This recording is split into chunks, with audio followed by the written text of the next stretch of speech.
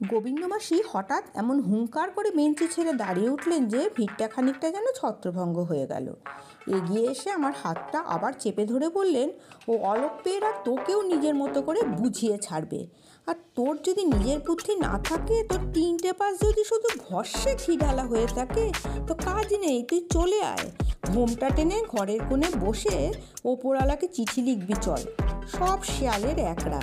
টেলিগ্রাফের দরজে বেড়েছে তা গোবিন্দ মাসি জানে, আজ জন্মায়নি, কচি খুকি নয়।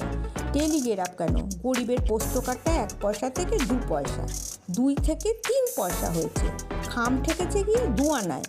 গোবিন্দ মাসি আজকের নয়, বসে বসে সব দেখেছে। গরিবের নিঃশেষে অত বড় যে ইংরেজ রাজা, তাকেও তল্পিতল্পা গুটিয়ে সমুদ্রের পাড়ে পালাতে হলো, তাও দেখলাম।